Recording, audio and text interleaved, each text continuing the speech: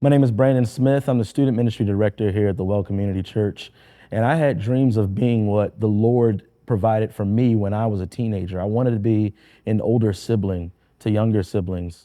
And I got a group of older guys in the student ministry, some of them younger brothers, but in a sense, a lot of them older brothers in the same way that I was an older brother growing up. And I didn't have an older brother. And I wanted to provide that in a more intimate sense for these guys. And that's mostly what I wanted to provide in this little bit of time for these guys who are about to graduate from high school. But what I was not prepared for was to see the incredible growth of faith in these guys and the way that they, one, grew in relationship together, two, held each other accountable in their spiritual disciplines and Bible study, but then three, also in displaying their faith, the way that they shared it in our small group settings, the vulnerability and the transparency, but then also in the display in front of the entire church. One in particular came up to me after a lesson and asked about baptism, said he had never gotten baptized and he wanted to be obedient to Christ, but then also to display to the rest of the student ministry what it looks like to follow Christ.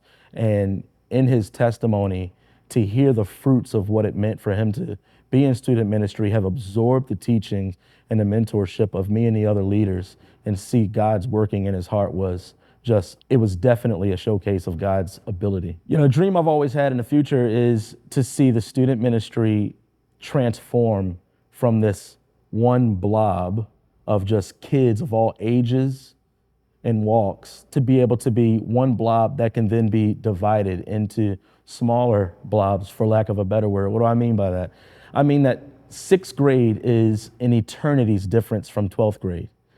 And to be able to have the space and the opportunity for high schoolers to gather together to learn and showcase confession, transparency, vulnerability, and encouragement for one another in the same way that sixth, seventh, and eighth graders can do with one another.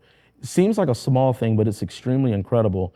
And I think a big reason we weren't able to do that is because of space. So to take the space lightly would be incorrect, because just to see the ability to be able to separate as a larger group and build these smaller communities within the student ministry will prove fruitful for years to come.